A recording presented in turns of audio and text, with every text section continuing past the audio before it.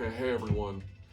So I'm trying to set up this floor grid that will enable me to understand where my foot positions are so that I can, with certitude, make these general these general recommendations to people. Okay, hey everyone. I need to start this over. But the grid, what is the grid trying to do? The grid is trying to give me these 1-inch sections that are also in a 3-dimensional column, and for that to be an imaginary arrangement of the force of gravity. Gravity works in columns because it's uniform around the planet, and the pressure of the air changes that, the pressure in the sea level that you're at changes that, but it's still in columns. And understanding the way in which we can, that's one of the problems with not putting a base on it.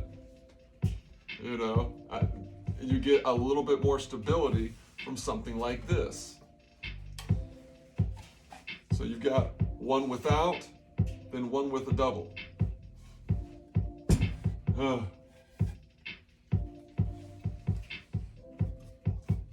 guess I can kind of put it in like that. I'm trying to be as back so that you all can see as much of me as possible. And that there's this other camera. There's 2 cameras working right now. One's above, one's below. So anyways, this grid is about... I'm just going to move this. I'm just going to move that.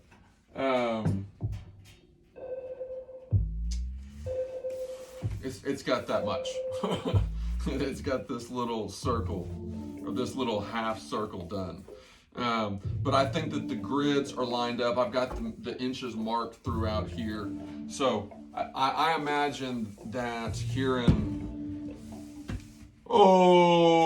maybe by the end of this evening, I'll have something kind of correctively done on here. But it just takes a long time because you've got to be precise, or fairly precise, you know? But anyways, so the importance of understanding where our feet are, the importance of understanding generally where our hands are, can be attained by thinking about these columns and these units, these cubes, these 1-inch cubes that are maybe in the air, but there is a coordinate in the X, Y, Z axis that corresponds to that point in space-time. Ooh. One thing that's been helping me awaken to these kind of columns of gravity is this fungo bat. Now, whenever I grab it, that's basically like the hook hand technique. You can grab it, and it's not so heavy that you can't use the opposite fingers, that you can't use the under fingers, that you can't collaboratively fight that gravity and get a sense of the pendulum-like quality of gravity. You can undulate it, you can circulate it, you can make it orbit a singular point. This is an incredible, it's like sticks are incredible when they've been whittled.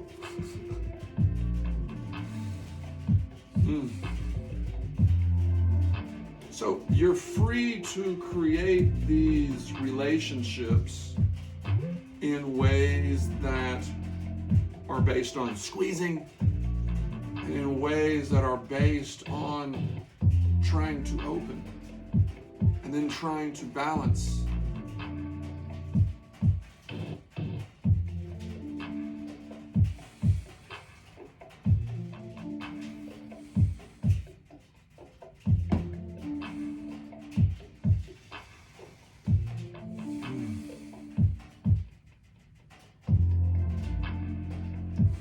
Listen to some music and let that be the rhythmic guide behind whatever it is that you're doing, whatever it is that you're trying to awaken in you, that can have a balancing impact on the way that you use your body. Find these points of alignment, even if they're asymmetrical. Find it, activate what you can, activate what's not stabilized. Align your vision, align the contractions in your eyes, align your jaw, align your tongue. Then find these ranges of motion from these aligned positions that correspond to your inhalation. That's what's critical. What we're trying to do is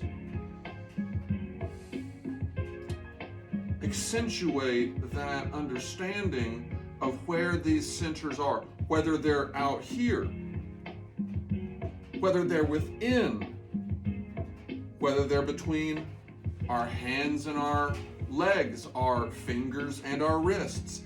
There's an infinite number of combinations of breath and movement that align, misalign, venture, and return.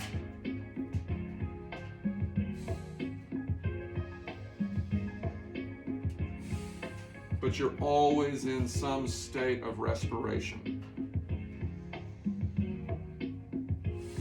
And by that I mean the state of absolute abstention, where there's no air in your body.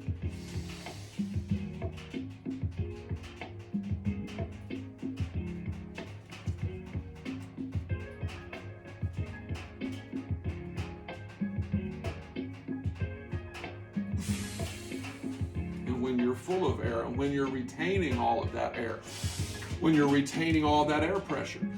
Over the course of my life, I didn't breathe into this region because I was too cool, because I was too curious, because I was too competitive. And my idea of becoming better at basketball meant you got to get lower. You got to get as low as you can. And it took me a long time before I broke out of that sensibility, that we all have different qualities that can be accentuated and leveraged to become better, and they can all be harmonized so that the system of muscles and bones, the musculoskeletal system, is more optimized in its operations.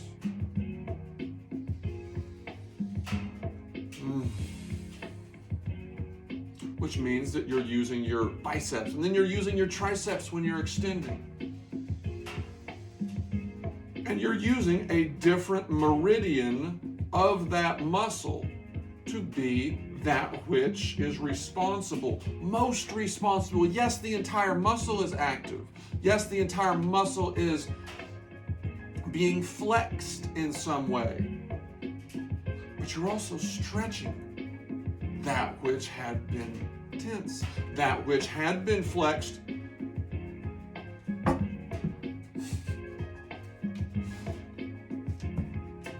Can now relax. And then once it's complete and your hand is opened, and now these forearm muscles are active. Now expand out a little bit. Activate your trapezius muscles. Activate your upper intercostal muscles.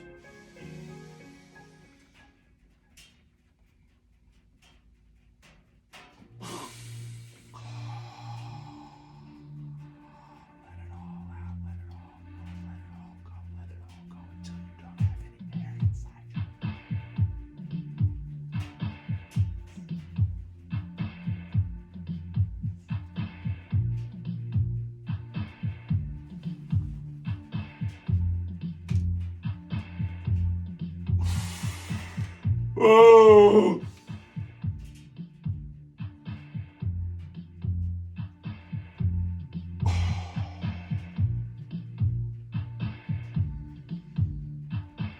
Oh. Oh. See, you can do this at any point in your day. You can do this anytime you feel the need. You can do this. This is a 505. It's a 505.